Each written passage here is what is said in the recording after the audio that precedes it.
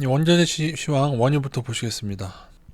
지난 금요일날 조금은 약간 놀랍죠. 장중에 한 10%가량 떨어졌다가 마감은 다시 올려서 마감을 했습니다. 5일선을 지켜냈습니다, 여러분. 제가 예전에 아랫꼬리가 길게 달리면 상승한다. 이때 제가 말씀드렸죠. 여기도 아랫꼬리 달리고 상승하는데, 아랫꼬리가 달리는 이유 중에 하나는 물론 이렇게 바닥권하고 오르는 중에 달리는 거랑 조금 다르긴 합니다만, 바닥권에서 이렇게 장중에 미친 듯이 떨어뜨릴 때는 무리한 선물 상방 투자자를 마진콜 반대 매매 당하게 하기 위한 목적이 있습니다. 아마 무리한 선물 투자자 이날 다 죽었다고 봐야 되는데, 이 정도 하락이면 장중에 마진콜을 당하게 됩니다. 그래서 지금 상방 치고 있는 개인들에게 장중에 10%까지 누르면서 조금 공포를 유발하면서 이래도 상방 투자할래 하다가 다시 올린 케이스가 바닥권이라면 그렇게 생각을 많이 한다는 의미입니다. 물론 이건 오르는 중간에 나온 거라서. 그래도 어쨌든 간에 5일선을 지켜냈고, 그리고 또 지금 뭐 괜히 또 이란, 베네수엘라 어쩌고 저쩌고 미국 하는 거 보니까 제가 말씀드렸죠. 원유 가격을 올리기로 하면은 100만 가지 이유를 댈 수 있다고 말씀드렸어요. 그래서 모르겠습니다. 상황 따라서 좀 더 올리려는 건 아닌가. 이제는 조금 그런 식으로 차라리 이벤트를 만들어서 올리고, 또 그런 이벤트에, 근데 모르겠어요. 개인들이 이제 매수로 크게 달려들까요? 매수로 크게 달려들어야 향후에 누를 텐데, 어쨌든 5일선은 깨지지 않아서 추가 상승이 될 수도 있다는 점 알고는 계시면 되겠습니다. 이제 모든 판은 마이너스가 흐트러나가지고 이제 투자자들도 많이 빠지고 거래량들도 점점 줄어드는 모습을 보이고 있는 상태입니다. 이렇게 되면 차라리 이제 월가가 선물 플레이를 먹을 게 줄어들기 때문에, 그러면 이제 본연의 모습으로 돌아가게 될 수도 있죠. 원유 본연의 가치로요. 어쨌든 현재 제 의견은 5일선 깨지면은 이제 많이 줄이는 걸로 하되, 5일선 아예 지켜냈기 때문에 일부는 조금 가지고 마지막 상승 정도를 즐기면 될 것 같습니다. 다시 생각해도 참 강아지 새끼죠. 이때 여기서 마이너스 원유 만들고 난 그 다음날 골드만삭스 원자재 팀장이 원전이래요. 그 원유 그 유정 폐쇄를 할 수 없다는 식으로 말도 안 되는 소리 짓거리고, 그죠? 유정 폐쇄를 하려면 비용이 더 들어서 계속 찍어낼 수밖에 없다, 뭐 이상한 궤변을 했어요. 그렇게 하면 그동안 수많은 시절 동안 감사는 어떻게 한 겁니까? 예, 천연가스 보시겠습니다. 천연가스 만기가 언제냐 질문 있으신데요. 5월 27일입니다. 27일경. 원유는 매달 20일경이고, 천연가스는 25일에서 보통 30일 사이입니다. 천연가스가 5일선을 회복했었는데요. 다시 조금 깼었고, 목요일날 깼었고, 그 다음에 금요일날도 소폭 상승을 했습니다만은 5일선을 회복은 못했습니다. 그래서 원래는 조금 더 들어간 물량 줄여야 되는데, 워낙 지금 조금 들어가 있어가지고 조금 그냥 그 정도, 아주 소량 정도 조절하면서 가지고 있다가, 만약에 이제 만기 때 만약에 안 눌리게 되고 그대로 올라버리면은 일부 매수하고 있는 금액으로 만족을 하고요. 그게 제일 좋습니다. 그리고 만약에 27일이 만기라고 말씀드렸죠. 그때 전후에 조금 더 눌리거나 떨어지거나 누르기가 시행된다면은 그때의 역사적 저점은 지난번 유가 폭락 때 찍었던 1.5불. 역사적은 아니고 선물이 생긴 후의 저점입니다. 예전에 1.6불대였는데 1.519 요게 바로 저점입니다. 물론 과거에는 마이너스가 있었다는 뉴스로만 하긴 했는데 선물 시장이 생긴 후에는 저는 없는 걸로 알고 있습니다. 그리고 원유도 다시 올라버린 마당에 이게 다시 1.5불을 더 아래로 떨어질 거냐라고 말을 하겠지만, 근데 그래도 몰라요. 개인들이 상방을 많이 치면 그렇게 되는데, 또 어떻게 되고 있죠? 지금 거래량이 줄고 있죠. 여러분이나 저도 그렇지만 이제 떨어지면서 이제 만기 때마다 이제 겁나는 거죠. 원유도 마이너스 난 마당에 겁나니까 이제 개인들이 이 가격에서 매도. 여기서도 만약에 거래량이 많이 나오게 되면은 누군가는 여기서 많이 매도를 치는 건 아니고 걔네가 월급 아닌가라는 생각을 꼭 해야 되거든요. 그래서 다행히 좀 거래량이 줄고 있다. 그래서 오일선 깨져서 줄이기보다는 조금은 그냥 유지하거나 아주 조금 늘리는 정도로 해서 조금 만기 때까지 보고, 단 이후에 늘어지더라도 5일선을 다시 회복하면은 조금 한 타임 더 늘려가면서 좀 소량씩 대응하면서 가면 될 것 같습니다. 그리고 제가 정해드린 이 선이 이게 맞을런가 모르겠는데, 이 선을 제가 크게 이어서 여기라고 말씀드렸죠.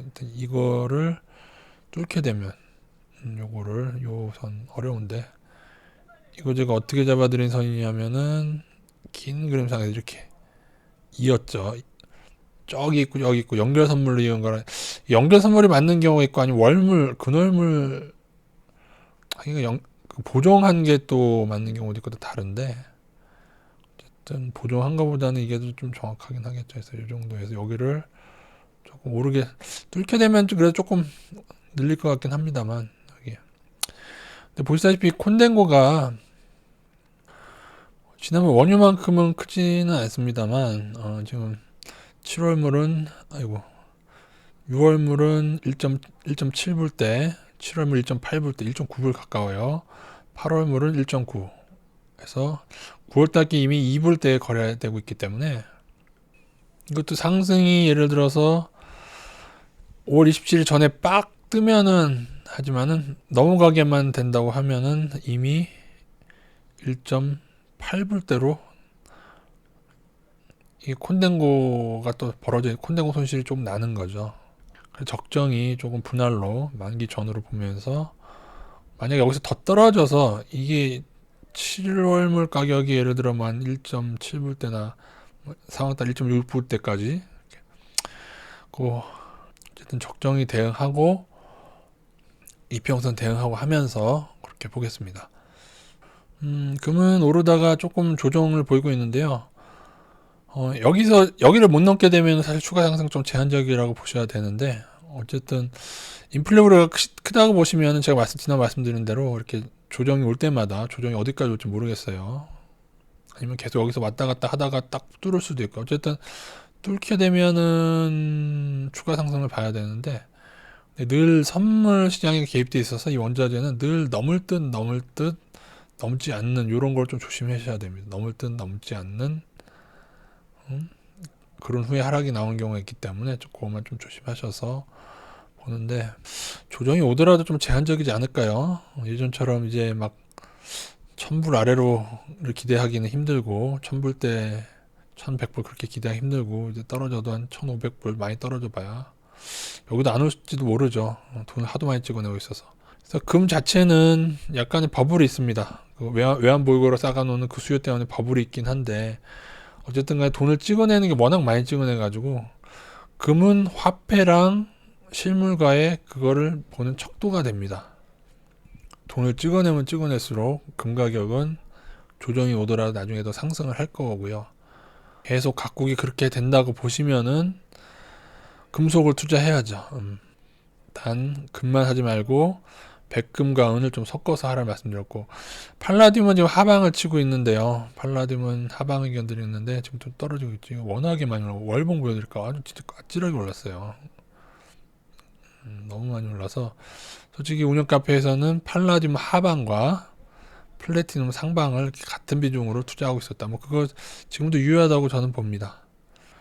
운영 카페가 휴면에 들어가겠습니다. 원자재 상품 게시판에 보면 예전에 제가 조사한 자료들이 있거든요. 그래서 제가 구글 검색 많이 했거든요. 이게 외국에서 이게 조금, 둘 다 이제 촉매, 하나는 휘발유차 촉매, 하나는 경유차 촉매로 쓰이는 건데, 근데 이제 제가 조사한 팩트에 의하면 지금 휘발유차에 지금 팔라듐이 쓰여서 지금 많이 오른 거 아닙니까? 근데 이제는 이제 경기가 하강된다고 보면 사실 팔라듐 떨어진다고 생각해요. 물론 인플레에 대한 거랑 조금 이렇게 상충되긴 하겠지만, 저는 팔라듐하고 플래티넘 가격에 이격에 투자한 이유는 플래티넘도 휘발유차의 촉매로 사용이 가능하다는 것을 제가 여러 그 자료를 통해서 확인을 하고요. 단 그러려면 시설을 다 바꿔야 되는데, 일부 중국에선 지금 바꾼다는 얘기도 있습니다. 근데 있긴 한데, 어쨌든 이 이격이 이렇게 많이 벌어질 수는 없다. 한때는 지금 거의 3배까지도 벌어졌었죠. 어쨌든 어쨌든 플래티넘하고 팔라듐의 그 그냥 장기 차트, 매우 장기 차트, 역사적 장기 차트를 보면은 조금 물론 이제 여기까지 오른 게 좀 버블이다 뭐 그렇게 볼 수는 있겠지만 한때는 플래티넘이 2,000불을 넘도록 비싼 때가 있었고 2017년까지 차트인데요. 그에 비해서 팔라듐은 늘 1,000불 아래로 백금보다 쌌었습니다. 근데 이번에 거의 3,000불 가까이 찍고 지금도 2,000불 가까이 와 있는 거죠. 만약에 경기가 하강해서 자동차 수요가 급감한다고 생각하시면 팔라듐 하방을 투자를 해볼 수 있겠습니다. 지금 또 오르다가 반등하다가 다시 떨어지고 있는데 이때 겁나게 떨어졌죠. 거의 3,000불 가까이서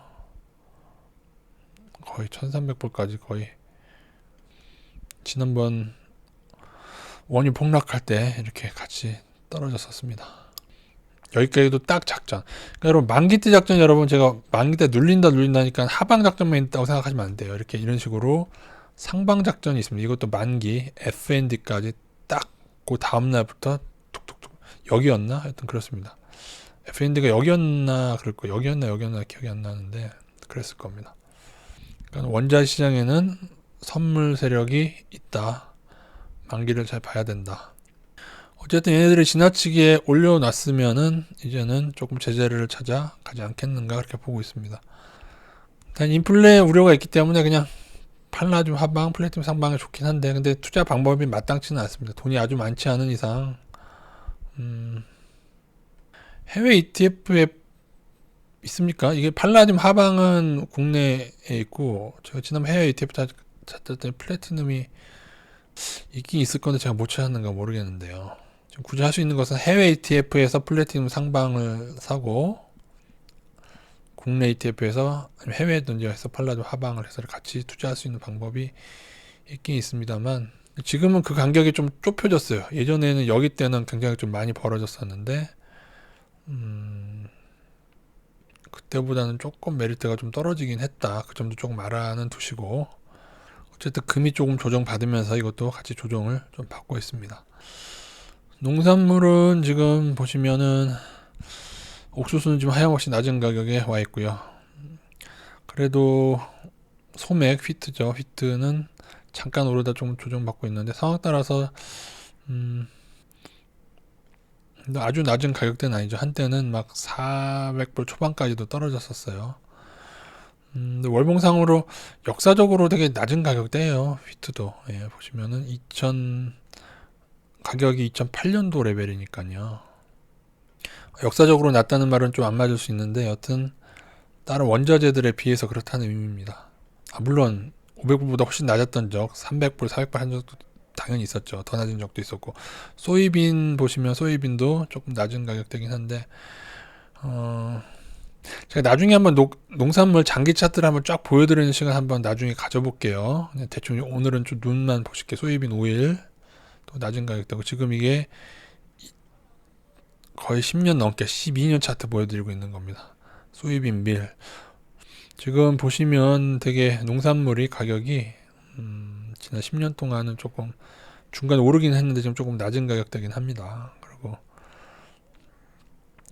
라이브 캐틀도 보세요. 라이브 캐틀 피더 캐틀을 보여드리는 게 나을 것 같아요. 피더 캐틀도 이렇게 작전하더니 떨어지다가 오르는 팔라듐하고 좀 비교해 보세요. 팔라듐하고 이렇게 상방 작전 한 다음에 그다음에 이렇게 해서 좀 떨어지는 시기가 있다. 보통은 이렇다. 이것도 이 정도 올렸어야 되는데 얘네들이 조금 많이 올리더라고요. 오르고 있는 농산물도 있습니다. 오트 같은 건 최근에 좀 많이 오르고 있고요. 귤이죠. 쌀도 많이 오르고 있죠. 쌀 많이 오르고. 그래서 사실은 농산물은 좀 이렇게 골고루 해놓으면 오르는 품목이 하나둘 있긴 하더라고요. 차라리 골고루 해놓는 게 낫나. 코코아도 올랐다 떨어졌고 커튼 면화 낮은 가격대죠. 면화 한때 정말 높았을 때는 200불도 갔는데 지금 57불. 근데 이게 면화는 떨어지는 이유가 좀 있죠. 나일론이나 그런 옷들이 많이 보급되면서 커피도 아주 한때 올랐다가 이것도 커요. 이것도 큰데 한때는 300불까지도 오르고. 커피는 차트적으로 나중에 여기를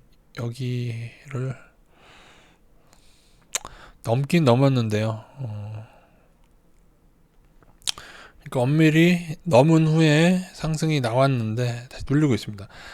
이후에는 여기만 좀 지켜내면은 될 것 같아요. 커피는. 근데 이제 커피가 브라질 쪽에서 많이 나와서 달러가 강세가 되면은 좀 떨어지는 경향이 있습니다. 그리고 가만 보니까 이 최근 몇 년 동안 이게 너무 낮은 가격대에 많이 돼 있는 게 보통 이제 브라질 산지인 경우 브라질에서 많이 재배되는 거는 오히려 만기 때 많이 눌리더라고요.